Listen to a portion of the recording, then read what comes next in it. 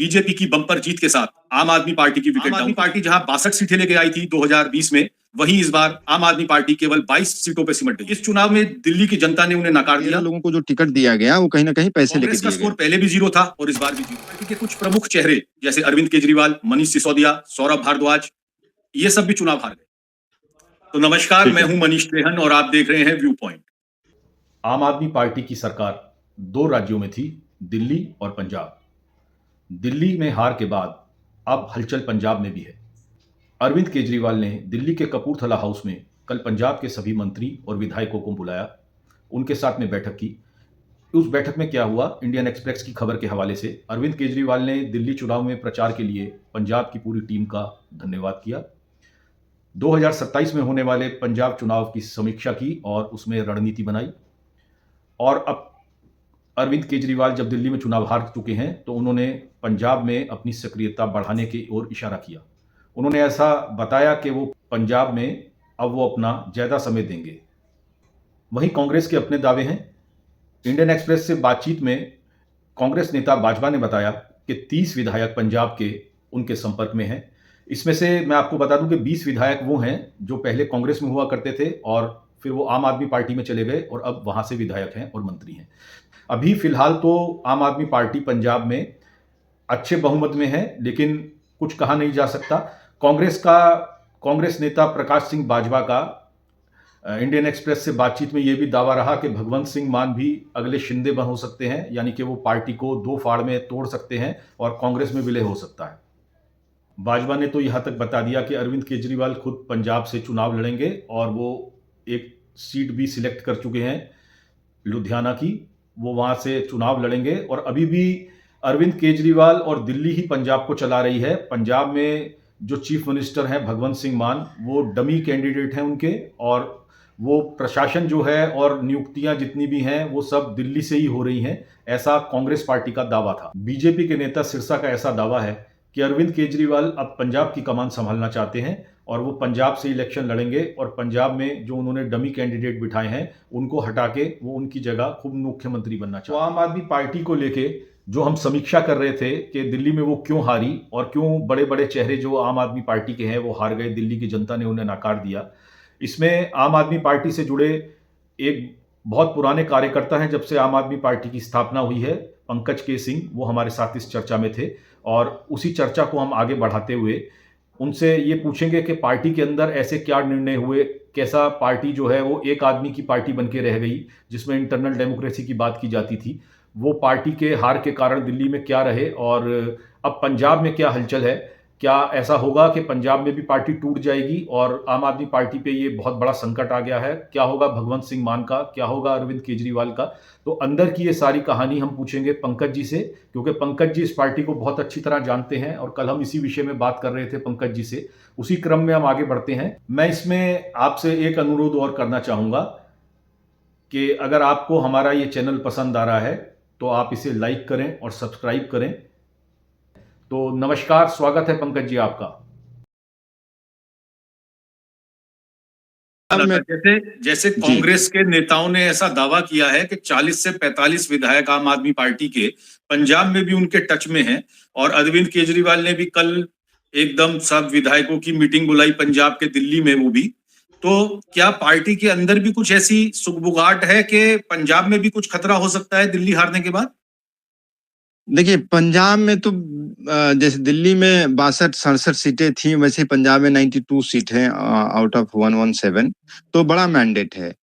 उस बात से अलग मैं एक बात ये कहना चाहता हूं कि कल भगवंत मान जी को हम भी सुन रहे थे, उनका 2-3 ये कहना था कि दिल्ली के चुनाव में पंजाब के जो विधायक, पंजाब के जो मंत्री, पंजाब का जो पूरा का पूरा टीम है, जो कार्यकर्ता है, वो सब काम कर रहे थे। उनको धन्यवाद ज्ञापित करने के लिए अरविंद केजरीवाल जी ने बुलाया था। अब सवाल ये है कि जब दिल्ली के कार्यकर्ता नहीं थे तो पंजाब के लोग कार्य कर रहे थे, मतलब दिल्ली में पंजाब की सरकार या पंजाब में पार्टी के जो कार्यकर्ता थे, ये तो आपकी पार्टी में हो ही रहा है। दिल्ली में पंजाब के लोग काम कर रहे हैं और पंजाब को दिल्ली से चलाया जा रहा है। पंजाब के सब शीर्ष जो निर्णय हैं वो दिल्ली से लिए जा रहे हैं। और अभी अगर आपने देखा होगा, मैं काफी ऑब्जर्व कर रहा था, जितने भी ये यूट्यूब चैनल हैं या बड़े बड़े चैनल हैं, जब दिल्ली के चुनाव थे तो पंजाब की आम आदमी पार्टी द्वारा इनको खूब ऐड दिए जा रहे थे जिससे कि प्रचार प्रसार हो सके पंजाब के द्वारा। देखिए, निश्चित तौर पे एक क्या है कि दिल्ली में जब सारी चीज़ों को एलजी ने अपने हाथों में ले लिया तो आम आदमी पार्टी के पास बहुत स्कोप था नहीं, तो निश्चित तौर पे चुनाव में पैसे की ज़रूरत होती है, तो निश्चित तौर पे मैं इस बात से इनकार नहीं कर सकता कि पंजाब सरकार की भूमिका नहीं रही होगी, ज़रूर रही होगी। और हमें लगता है कि चूँकि पार्टी का बहुत ज़्यादा फैलाव नहीं है, ये बात सही है कि राष्ट्रीय पार्टी बन गई है आम आदमी पार्टी, लेकिन अभी भी संसाधन के मामले में उतनी बड़ी नहीं है, तो निश्चित तौर पे वो उनका लाभ लिया गया होगा, ऐसा मैं मान के चल रहा हूँ। लेकिन 1-2 बात जो मनीष जी बहुत इम्पोर्टेंट है, वो ये है कि पार्टी में आखिरकार इतना बड़ा बिखराव क्यों हुआ? तो आप एक बात समझेंगे कि जब से ये पार्टी का फॉर्मेशन हुआ, तब तक कभी कोई पराजय इस पार्टी ने नहीं देखा और इस पार्टी के नेताओं ने नहीं देखा। तो निश्चित तौर पे अरविंद केजरीवाल जो इस पार्टी के सर्वेसर्वा हैं और सर्वमान्य नेता भी हैं, तो उनका जो वर्किंग स्टाइल है ना, उस वर्किंग स्टाइल में बहुत सारे ऐसे मंत्री विधायक से लेकर के कार्यकर्ता तक हैं जो उनके वर्किंग स्टाइल से खुश नहीं थे, लेकिन वो बोल नहीं पाते थे। उसका कारण ये था कि उन्हीं के चेहरे पे और उन्हीं के बदौलत ये पार्टी यहाँ तक पहुंची, ऐसा पार्टी के अंदर एक विश्वास था या एक माहौल था। अब पहली बार ये हुआ है कि पार्टी के नेता या कार्यकर्ता अरविंद केजरीवाल के सामने कुछ बोलने की स्थिति में आए हैं। ये मैं बहुत बड़ी बात कह रहा हूँ। वो इसलिए क्योंकि अरविंद केजरीवाल के सामने कोई भी नेता पार्टी का बोलने की हैसियत नहीं रखता है और यही कारण है कि अरविंद केजरीवाल किसी की नहीं सुनते और अरविंद केजरीवाल के जो 2 दाहिने और बाएं हाथ हैं, वही इस पार्टी को ड्राइव करते थे अरविंद केजरीवाल के निर्देशानुसार। और एक विभव है, एक विजय है, यही दोनों चला रहे थे और इन्हीं दोनों वी की वजह से इस विक्ट्री को मतलब ग्रहण लगा और पार्टी का इतना जो है बेड़ा गर्क हुआ। और अगर ये पार्टी के नेता और सर्वमान्य नेता जो हैं, अगर वो नहीं सुधरे, तो निश्चित तौर पे इस पार्टी का भविष्य कहीं अंधकारमय है। पंकज जी, आप इसके बाद क्या देखते हैं? बीजेपी भी पूरी ताकत लगा रही है आम आदमी पार्टी को छिन्न भिन्न करने की। अरविंद केजरीवाल जी जमानत पे बाहर हैं, मनीष सिसोदिया जी जमानत पे बाहर हैं और आप पंजाब के अंदर भी जिस तरह से, मैं उसको ये कह रहा हूं कि आप नकार रहे हैं, लेकिन कांग्रेस के भी दावे हैं क्योंकि पंजाब में सेकंड पार्टी अगर आम आदमी पार्टी के बाद देखें तो कांग्रेस है, बीजेपी का वहां इतना अस्तित्व नहीं है। तो अरविंद केजरीवाल जिस तरह से बाहर आए थे जमानत लेके और उनको अपोज नहीं किया गया था जमानत पे हरियाणा चुनाव से पहले, हरियाणा में उन्होंने चुनाव लड़ा और हरियाणा में उन्होंने वो हार का कारण बने कांग्रेस की। अगर मैं सीधा सीधा कहूं कि जितने प्रतिशत वोट वो लेके गए वो हरियाणा में कांग्रेस की हार का कारण बने और कांग्रेस कहीं ना कहीं जितने प्रतिशत वोट लेके गई है, चाहे वो 6% के आसपास ही लेके गई है दिल्ली में, तो कांग्रेस भी एक कारण बनी आम आदमी पार्टी के हार की दिल्ली में। तो आप इसे एक रणनीतिक चूक मानेंगे कांग्रेस के साथ हाथ ना मिलाना, या ठीक था? देखिए, क्या है कि जो पार्टी जिस स्टेट में मजबूत होती है ना, तो वो कोई स्टेक देना नहीं चाहती दूसरे को। ये एक स्वाभाविक सी भी बात है, लेकिन ये अंदाजा आम आदमी पार्टी को नहीं था या आम आदमी पार्टी के जो सुप्रीमो है अरविंद केजरीवाल जी, उनको ये अंदाजा नहीं था कि उनके खिलाफ इतना गुस्सा है। मैं इस मुद्दे पे आपसे डिफर करता हूं। मैं अपनी बात आपसे ये कहना चाहूंगा, अंदाजा हार का पहले था। आप देखिए कितने विधायकों के दिल्ली में नाम काटे गए जो सिटिंग विधायक थे आपके, और किस तरह से टिकटों का वितरण हुआ। मैं आपसे इस बात पे भी आना चाह रहा था, क्यों सिटिंग विधायकों के टिकट काटे गए, क्यों डिप्टी चीफ मिनिस्टर ने पड़पड़गंज से जंगपुरा जाके लड़ा। हार का अंदेशा तो था पहले भी। अरविंद केजरीवाल जिस तरह और जगह चुनावों के अंदर दावे किया करते थे, हमारे पूर्ण बहुमत आएगा, हमारी इतनी सीट आएंगी, मैं लिख के देता हूं, उन्होंने दिल्ली के लिए कोई दावा नहीं किया, तो कहीं ना कहीं अंदेशा तो था उन्हें भी। नहीं, जो जिन विधायकों की टिकट कटने की आप बात कर रहे हैं, वो इसी रणनीति के तहत था कि जो एंटी इनकम्बेंसी है, उस फैक्टर को खत्म किया जाए और ऐसा अलग-अलग स्टेट में अलग-अलग पॉलिटिकल पार्टियां करती रहती हैं। लेकिन यहाँ मामला उलट हो गया। यहाँ मामला ये हुआ कि जिन लोगों के टिकट कटे और उसके बाद जो एक तरीके का विद्रोह हुआ, उससे बाकी लोगों को टिकट मिल गए। और जो पहली लिस्ट आई थी उसमें आप देखेंगे कि 14 नाम थे, उसमें 13 बाहर के थे और ऐसा आरोप लगाया गया कि इन 13 लोगों को जो टिकट दिया गया वो कहीं न कहीं पैसे लेके दिए गए। अब ये भी सवाल खड़ा हुआ कि भई भ्रष्टाचार और टिकट बेचने का आरोप नहीं लगा इस पार्टी के ऊपर तो कैसे लगा? ये भी आरोप लगा कि 70 लाख से लेकर के 18 करोड़ तक में टिकट बेचे गए। अच्छा इसमें ये बहुत बड़ी बात कह रहे हैं आप कि अगर पार्टी हाँ। में इंटरनली टिकट की बोली लगनी शुरू हो जाए तो फिर जीत और हार तो पीछे रह जाती है, पैसा पहले आ जाता है। निश्चित तौर पे।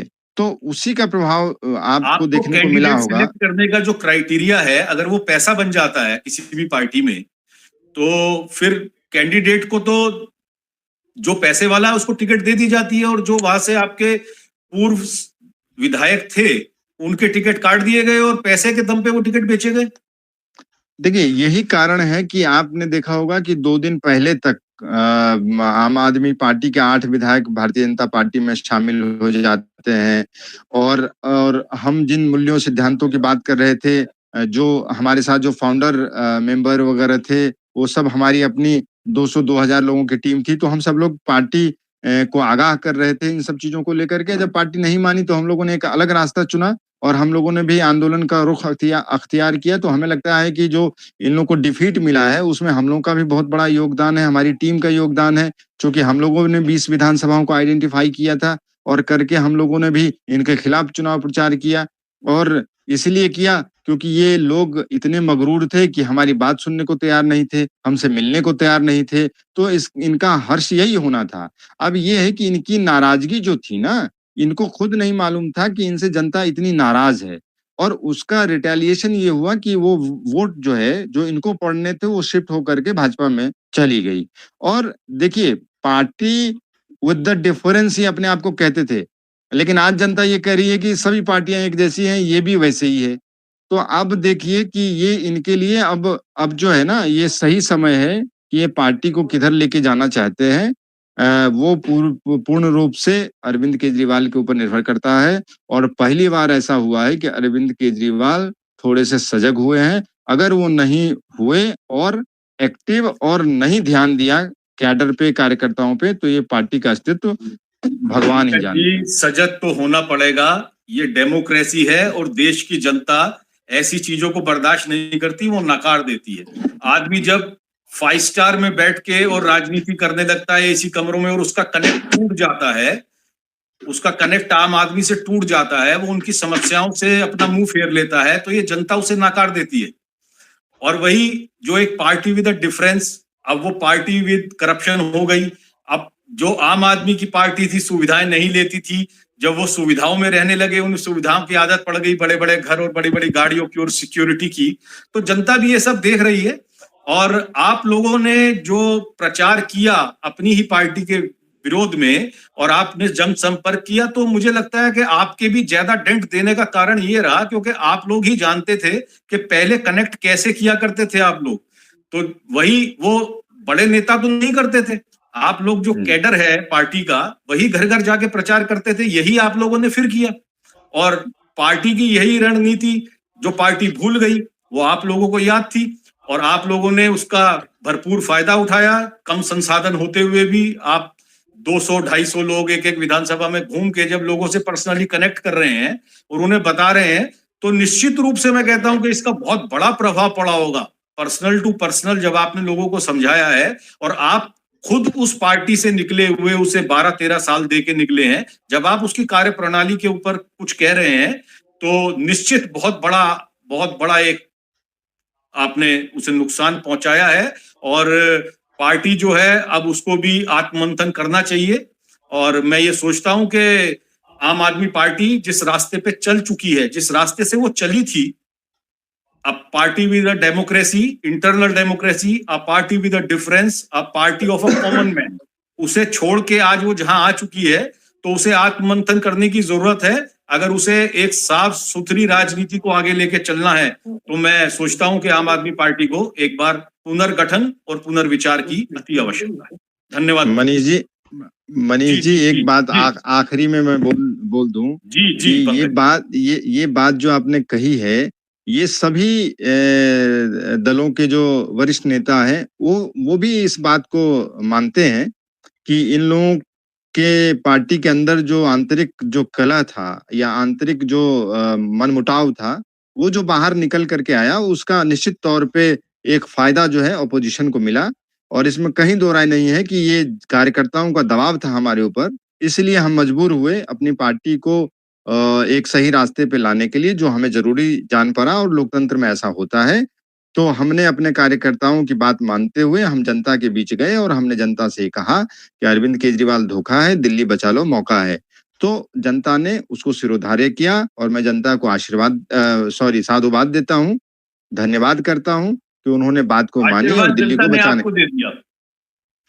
जी पंकज जी बहुत बहुत धन्यवाद। आप हमारे इस कार्यक्रम में आए और आपने आम आदमी पार्टी की इंटरनल वर्किंग से हमें अवगत कराया और आगे आपके उज्जवल भविष्य के लिए हमारे दर्शकों की बहुत बहुत शुभकामनाएं। आपको धन्यवाद। Thank you.